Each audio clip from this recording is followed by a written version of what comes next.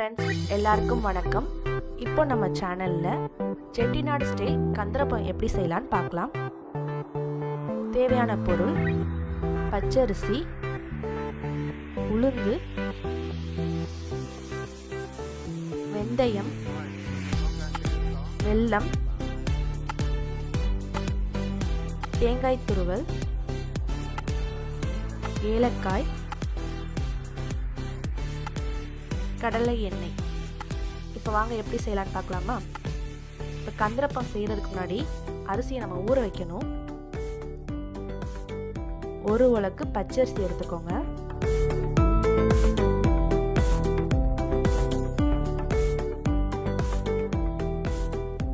அந்த பச்சரிசி மேலேயே 2 கை அளவு உளுந்து சேர்த்துக்கணும்.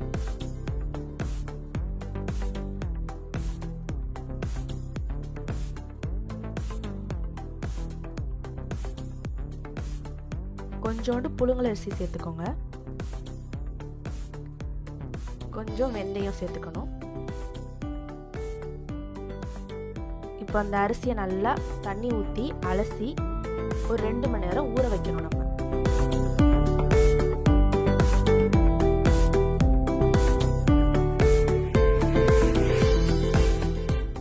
இப்போ நம்ம அரிசி நல்லா களைஞ்செடுத்து ஊற வைக்கலாம். 2 மணி நேரத்துக்கு அப்புறம் மிக்ஸி ஜாரில் நம்ம ஊற வச்சதை சேர்த்துக்கலாம். அரிசி, உளுந்து எல்லாம் நல்லா ஊறிருக்கு. இப்போ அதை நல்லா அரைச்சி எடுத்துக்கலாம். அரைச்சி எடுத்ததுக்கப்புறம் அந்த மாவுலேயே தேங்காய் துருவல் கொஞ்சம், 1 கப் வெல்லம், ஒரு 4 ஏலக்காய், சிறிதளவு கல்லுப்பு கொஞ்சோண்டு சேர்த்துக்கோங்க.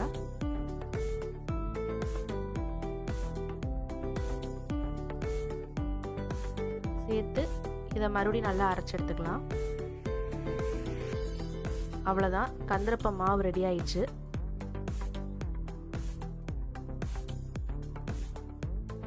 இப்போ ஒரு கடாயில் கடலெண்ணெய் சேர்த்துக்கலாம்.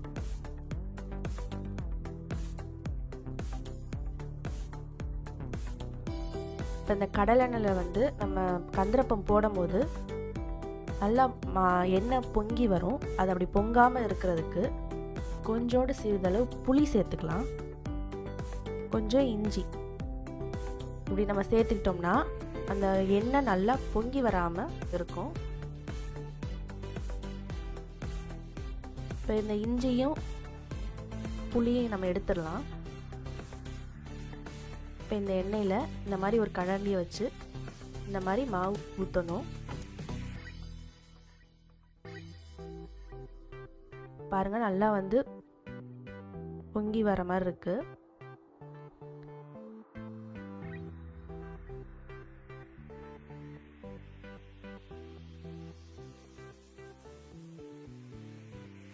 கொஞ்ச நேரம் கரண்டி விட்டு எதுவும் கிண்டக்கூடாது, அதை அப்படியே விட்டுறணும்.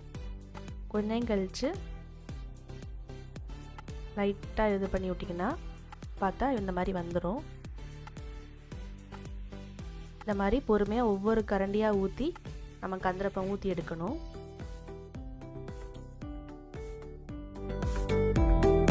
பாருங்கள், சைட்லலாம் நல்லா முருகலாக வந்துருக்கு. நல்லா சூப்பராக வந்துருச்சு.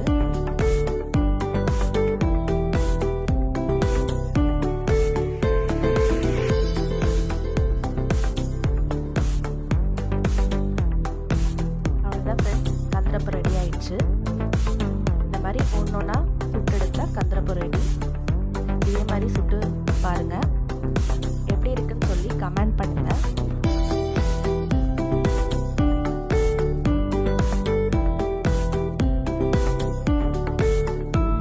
இந்த மாதிரி கோல்டன் கலர்ல வரும்போது எடுத்துடலாம்.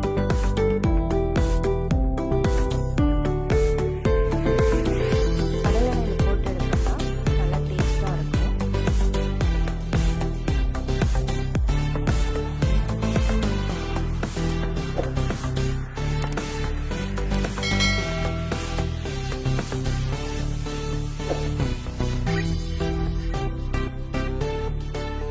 ரெண்டு கரண்டி அந்த மாதிரி ஊற்றுனீங்கன்னா ஒன்று ஒட்டிக்கிட்டு பிஞ்சு பிஞ்சு வரும். அதனால் ஒவ்வொரு கரண்டியாக ஊற்றி எடுத்தால் தான் கந்தரப்பம் வந்து நல்லா வரும், நீட்டாகவும் இருக்கும், டேஸ்ட்டாகவும் இருக்கும். ஸோ பொறுமையாக இதை ஊற்றி எடுக்கணும்.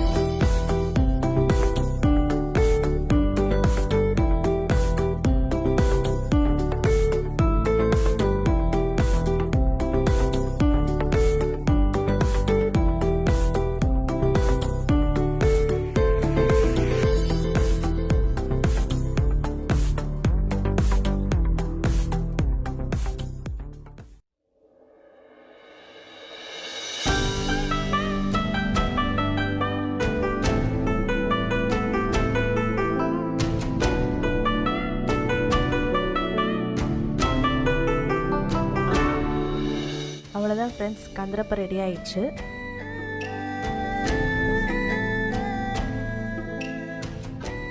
ட்ரை பண்ணி பார்த்துட்டு கமெண்ட் பண்ணுங்கள். இந்த வீடியோ பிடிச்சிருந்தா லைக் பண்ணுங்கள். மேலும் இது போல் டேஸ்டியான ரெசிபியை நம்ம சேனலில் பார்க்குறதுக்கு நம்ம சேனலை சப்ஸ்கிரைப் பண்ணுங்கள். மறக்காமல் பெல் ஐக்கானை கிளிக் பண்ணுங்கள். Thank you friends.